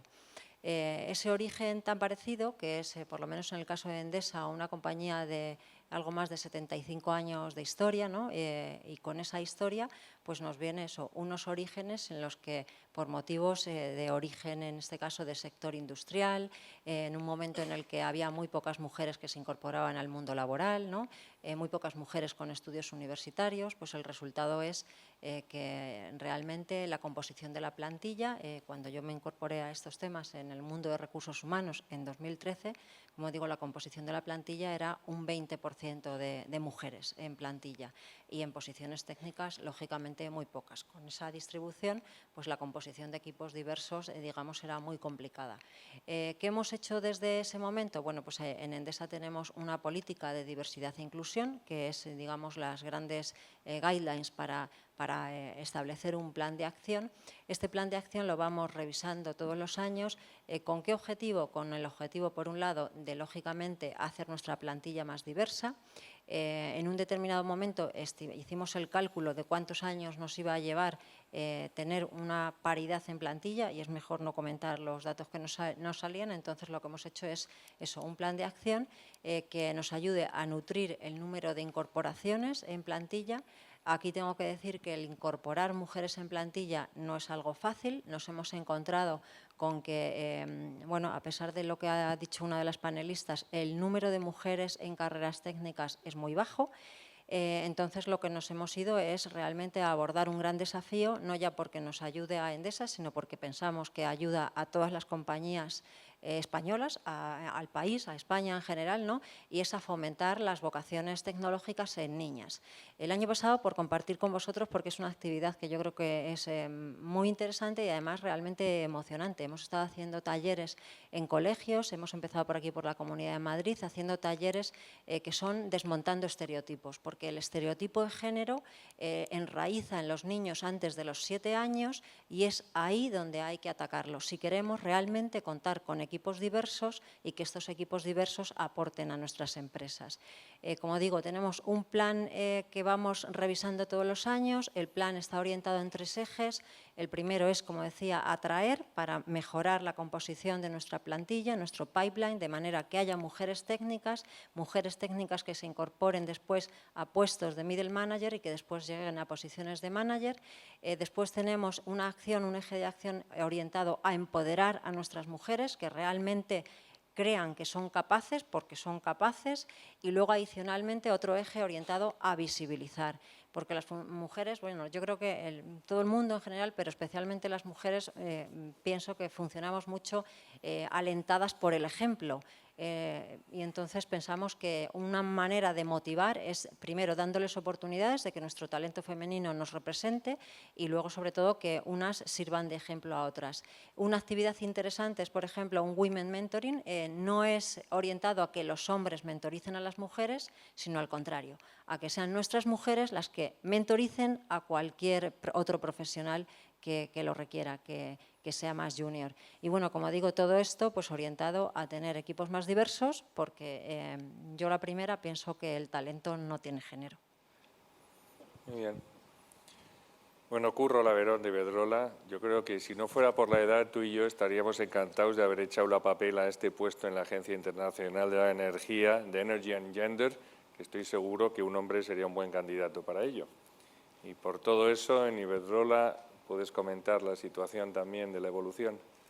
Gracias, Íñigo. Pero yo podría perfectamente todavía solicitar ese puesto. Lo segundo que quería decir es dar las gracias a Endesa, porque yo tengo una niña de 16 años y fue una de las que participó el año pasado a través de su colegio en un programa de fomento de las carreras STEM en niñas pequeñas, y la verdad es que estaba encantada. Yendo a la pregunta, a ver, Iberdrola, yo creo que tenemos clarísimo que la Agenda 2030 está marcada por los Objetivos de Desarrollo Sostenible. Evidentemente, por nuestro perfil de empresa de actividad, pues son el 7 de energía asequible y limpia y el 13 de acción por el clima. Y por eso en 2015 lo introdujimos en nuestro gobierno corporativo. Pero tenemos clarísimo que tenemos que contribuir al resto de objetivos, que son todos muy importantes. Entonces, el objetivo 5 de igualdad de género lo hemos tomado con especial cariño y con especial énfasis. Entonces, básicamente por dos motivos. Primero, por la importancia que le tenemos que dar al capital humano de la compañía, que es lo que tiene más valor, y segundo, por responsabilidad social. Entonces, ¿cómo contribuimos al ODS número 5? Pues básicamente a través de 3 vías. La primera, muy importante, es electrificando aquellas zonas donde no hay suministro. Entonces, tenemos un programa muy grande en Brasil, que es Electricidad para Todos. Tenemos otro programa que no es tan ambicioso en términos cuantitativos, que es la Alianza Shire de electrificación de campos de refugiados.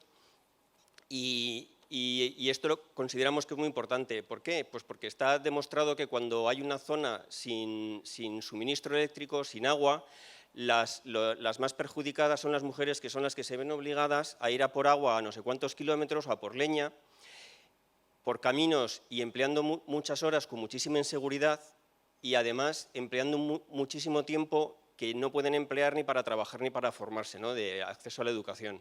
Entonces, esto es una primera pata. La segunda pata es, se instrumentaliza a través de una política de igualdad y de conciliación que aprobó el Consejo de Administración del Grupo. En España, ese programa simplemente en España conlleva más de 70 medidas pues, de igualdad en el acceso a la incorporación de nuevos trabajadores, igualdad de desarrollo de la carrera profesional o igualdad de salario. Además, medidas como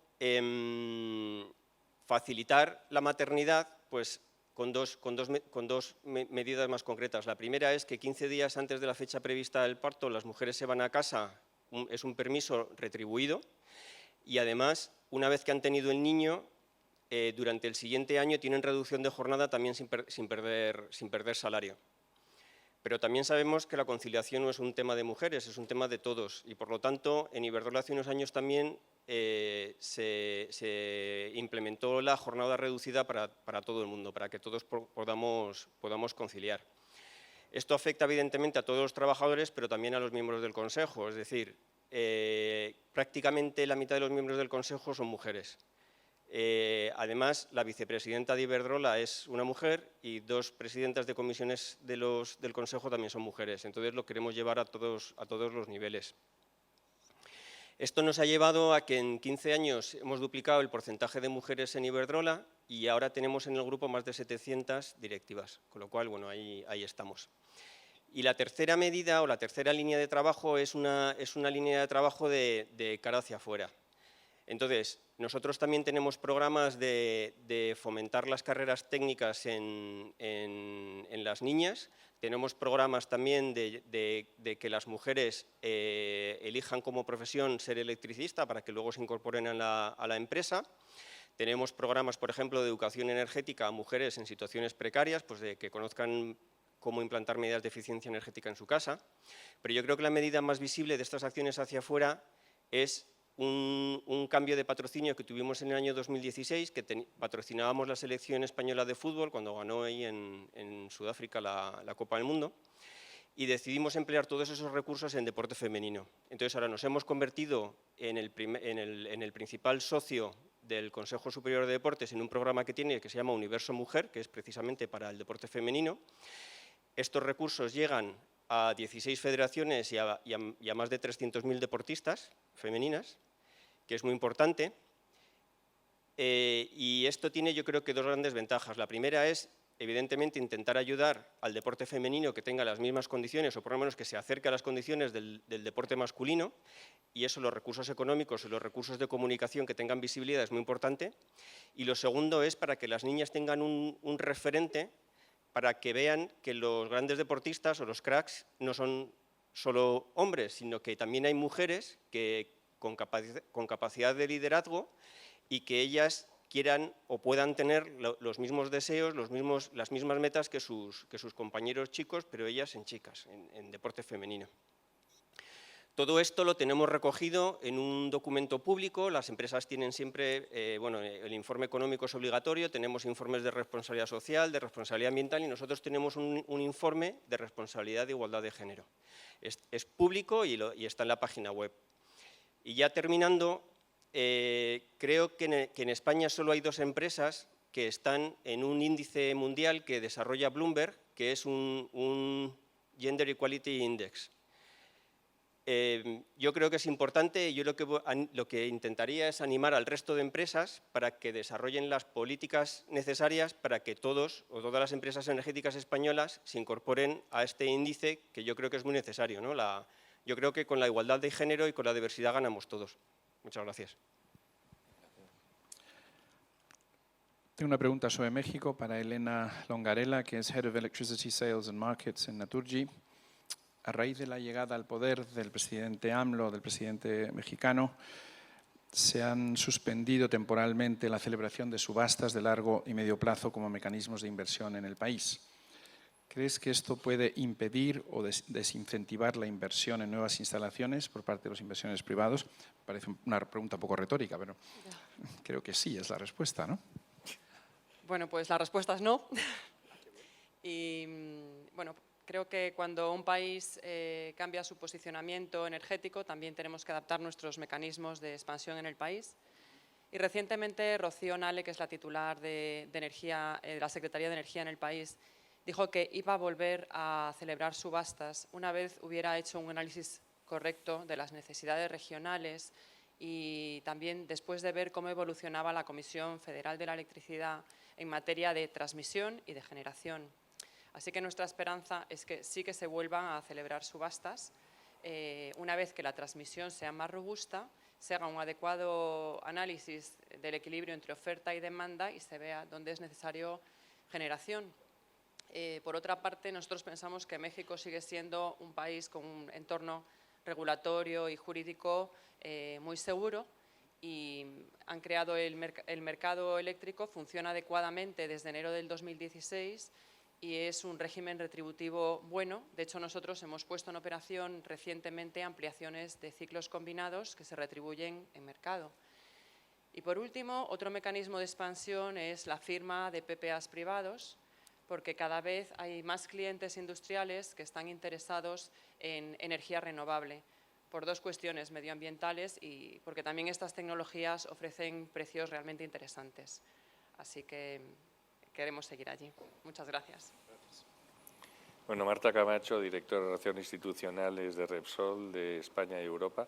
Empezaste una carrera técnica, eres química y has visto lo que ha sido una evolución en tu compañía y en el sector. ¿Qué es lo que opinas de los cambios que has visto? Bueno, la verdad es que Yo en Repsol empecé efectivamente con una carrera muy técnica. Yo empecé en la Dirección de Ingeniería Conceptual y Básica y bueno, pues gracias a todos estos años en Repsol y también cuando tenía la responsabilidad que hoy tenéis aquí en CEPSA, el CEC, me he podido viajar mucho a lo largo y ancho del mundo, ¿no? Y al final lo que te encuentras, sobre todo en el inicio, son foros en los que vemos, o veíamos más bien, muchos trajes grises y muchos pelos blancos, ¿no? Con perdón de los señores que respondan a este patrón. Chal, soy de azul marino. Pero bueno, sí es verdad que cuando yo entro en Repsol, que mencionaba Íñigo, fue en el año 96. Yo entro en la parte de ingeniería en la que, para que os hagáis una idea, a mí al principio me mandan, para aprender, me mandan a hacer puestas en marcha, a mirar cómo se pone una unidad de puesta en marcha. Y, por ejemplo, en la refinería de Puertollano no había todavía vestuarios para mujeres, ¿no? Porque hasta los años 80 una mujer no podía entrar en un complejo industrial por temas de seguridad y de salud. Hoy, en el año 2019, Rosa Juárez dirige todo el complejo petroquímico de Repsol en Puertollano, tanto la refinería como la parte química, que son unas 1.500 personas propias y 1.000 personas contratistas. Con lo cual, efectivamente, algo ha cambiado durante todos estos años. Pero algo ha cambiado, pero tampoco nos tenemos que acomodar porque efectivamente vamos haciendo cambios de una manera paulatina. Pero leía yo cuando, en la semana pasada, preparándome esta jornada y viendo de lo que tratabais, hay un informe de Ernst & Young del año 2016 en el que dice que de todas las empresas de energía solo hay un 5% que tengan CEOs que sean mujeres. Con lo cual, eso nos da que pensar, ¿no? Y nos da un amplio espectro de trabajo en el que trabajar. Leía también un informe de la OIT, de la Organización Internacional de Trabajadores, en la que dice que 3/4 de las empresas que apuestan por el talento femenino en posiciones de liderazgo tienen una mejora en los beneficios de entre el 5 y el 20%. Y yo creo que ahí es hacia donde tenemos que ir todos. Yo, si me refiero ahora a mi compañía, que es lógicamente lo que tengo más cerca, bueno, en Repsol ahora mismo el 50% de las incorporaciones son hombres y el 50% mujeres. Estamos más del 30% de mujeres en posiciones de liderazgo, el 37% de toda la workforce son mujeres. O sea, tenemos muy arraigado en toda la toma de decisiones el tema de la igualdad. Estamos a primer nivel de la compañía, a nivel de director general, tenemos un comité de diversidad y conciliación. Estamos en iniciativas institucionales como puede ser, somos firmantes del Charter de la Diversidad, estamos en la iniciativa de Más Mujeres, Mejores Empresas, del Ministerio de Sanidad y de Igualdad. Nos adherimos hace ya años a la iniciativa de currículum anónimo para evitar estos sesgos inconscientes que tanto daño nos hacen cuando tomamos decisiones. Tenemos del Ministerio de Igualdad también el distintivo de empresa para la igualdad. En fin, hay un montón de cosas que ya estamos haciendo, pero sin duda hay que hacer muchas más. Leía también un informe de Closing Gap que os recomiendo que sigáis esta asociación. Esta asociación, estamos unas 10 empresas, se creó el año pasado, en 2018, y se dedica a mirar las brechas que tiene el género, el papel de la mujer en muchos sectores, no solo en el económico. Pero uno de los últimos informes que leía hablaba que las mujeres, 16.000 mujeres en España en el año 2017, cuando fueron madres, dejaron de trabajar, lo que supuso un coste de oportunidad de casi 1.000 millones de euros. Y que 12.000 de las mujeres que volvían a trabajar lo hacían con una reducción de jornada, que al final supone casi 400 millones de euros de coste de oportunidad. Entonces, esto es algo que las empresas no nos podemos permitir. El que las mujeres todavía sientan que han de elegir entre su trabajo y la maternidad o la vida personal o familiar o la vida fuera de la empresa es algo que ninguna empresa debería consentir. Entonces, hay que trabajar profundamente en las políticas de conciliación. En Repsol tenemos la flexibilidad de horario, la adaptación a circunstancias personales, tenemos muy instaurado el programa de teletrabajo, estamos ya más de 2.400 teletrabajadores en el mundo. Todo esto está muy vigilado desde el Comité de Diversidad y Conciliación porque realmente uno de los problemas que tiene la mujer hoy en día en la incorporación o reincorporación al trabajo es esta obligación que parece que en ocasiones sentimos de elegir una cosa u otra. Al final hay que vigilar también el tema de los salarios, hay que hacer auditorías internas. Nosotros en nuestros planes de sostenibilidad es una de las cosas que también están muy arraigadas, aparte de la política de igualdad que tenemos también en la firma del acuerdo marco, hay que hacer una auditoría que nos asegure a todos los que estamos trabajando en la empresa que no hay diferencias entre unos y otros, porque hemos visto que efectivamente es algo que se está produciendo en muchos sectores de manera recurrente. Por último, mencionar al inicio los sesgos inconscientes, que no es un tema menor. Los sesgos inconscientes, al final, en el área donde se toman las decisiones, en nuestro área, por ejemplo, en mandos intermedios, líderes de área y directivos también, se están haciendo cursos de sensibilización y concienciación para evitar sesgos inconscientes en la toma de decisiones. Con lo cual, ya acabo. O sea, se han hecho muchas cosas. Yo percibo que en estos 23 años que llevo ya en la compañía, que llevo en el sector, he visto muchísimos cambios, pero todavía queda mucho por hacer. Hay que trabajar mucho en la educación y hay que trabajar mucho en la formación de todos en la sociedad.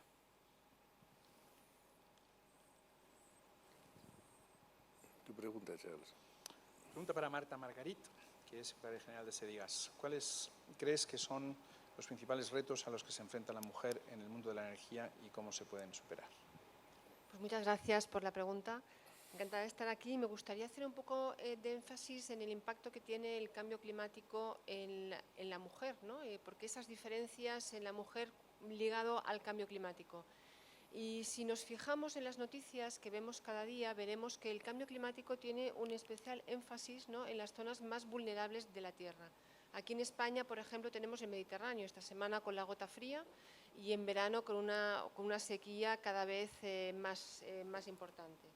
Pero también estamos viendo cómo los polos se deshielan, ¿no?, o cómo los países subdesarrollados o en vías de desarrollo sufren esos huracanes o sufren esas sequías o esas inundaciones o subidas del océano.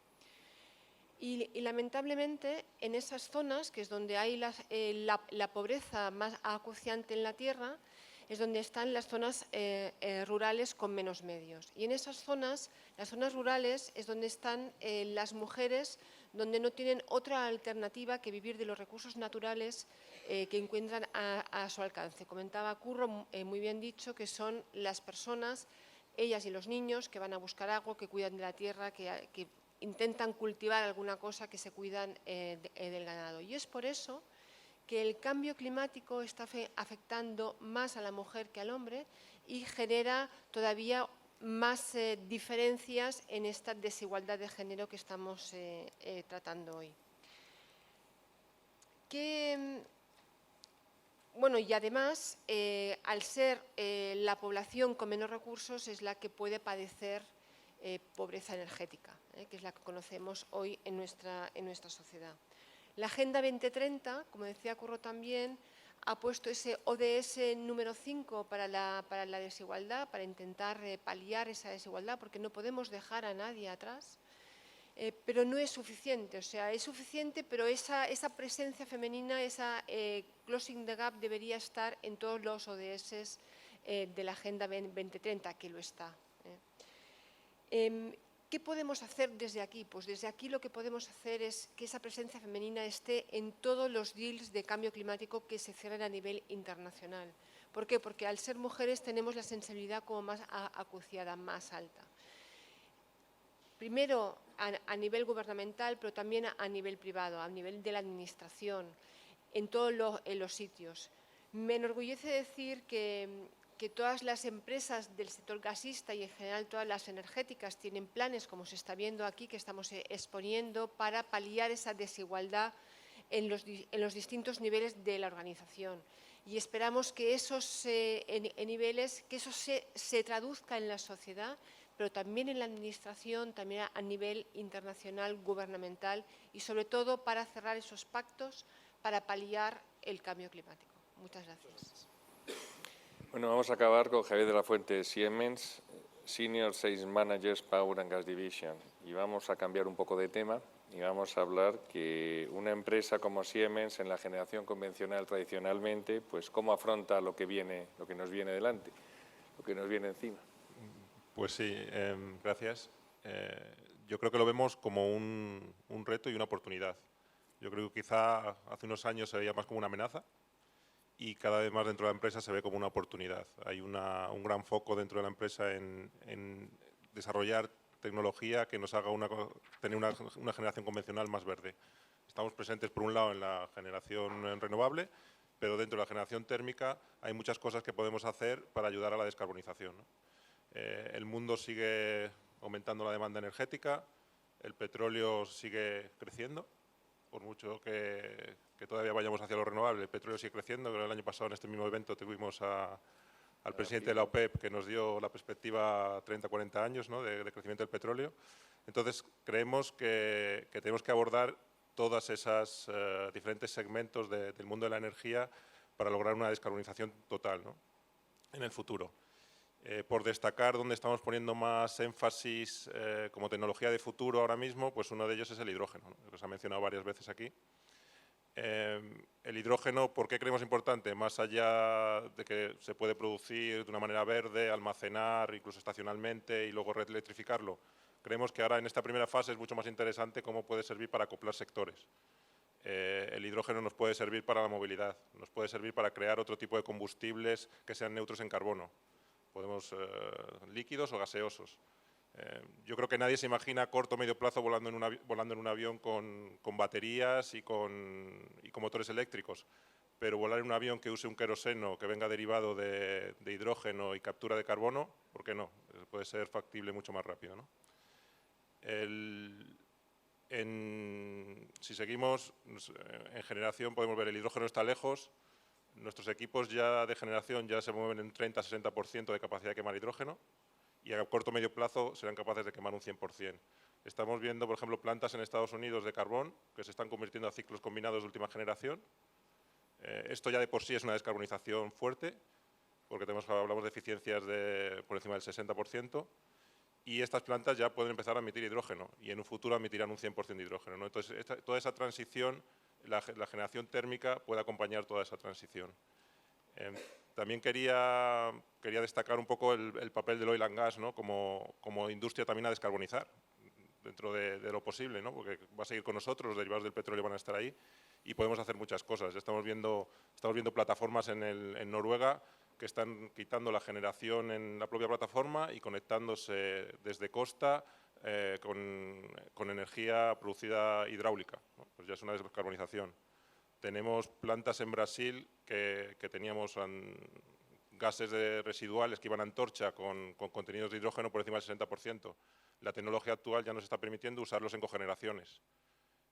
Cuando hablamos de la industria en general, pues lo que hemos hablado, la generación renovable nos puede ayudar en la parte de generación, pero cuando hablamos de calor, ¿cómo lo usamos? Pues el hidrógeno nos puede servir ahí también, ¿no? Entonces hay mucha tecnología, va a haber más y tenemos que seguir ahí porque al final, como ya se ha mencionado varias veces, no hay una solución que vaya a ser buena para todos. Va a haber mucha mezcla de tecnologías y según los países y los recursos de cada uno, y tenemos que estar un poco mirando a todo. Y por cerrar un poco también mirando a Latinoamérica, cuando hablamos del hidrógeno y del potencial de Latinoamérica, pues es un continente con unos recursos renovables enormes, ¿no? Quizá en Chile tengamos la fotovoltaica con un coste mejor del mundo ahora mismo, ¿no? Y ahí ya podemos generar un hidrógeno que sea prácticamente competitivo con un hidrógeno que venga de reformado. Entonces, partes de Sudamérica pueden ser un polo energético en el futuro con estos nuevos vectores, ¿no? Muchas gracias. Bueno, pues muchas gracias. Hemos cumplido casi el horario y un poco mejorándolo, de que me alegro mucho a pesar de que el principio no apuntaba en esta dirección. Y muchas gracias a los que hemos tenido aquí en primera fila, que ha sido casi igualdad, hemos tenido 5 mujeres, 4 hombres, y enhorabuena por aguantar a pie firme el verse ahí en la pantalla, que es una cosa que no se desea a nadie. Y no sé, dudo que lo repitáis a lo mejor, pero muchas gracias. Y si por favor venís a hacer una foto, y si los que habéis estado en el último panel venís también, por favor, nos encantará tener un recuerdo con vosotros. Por favor, venir también, sí.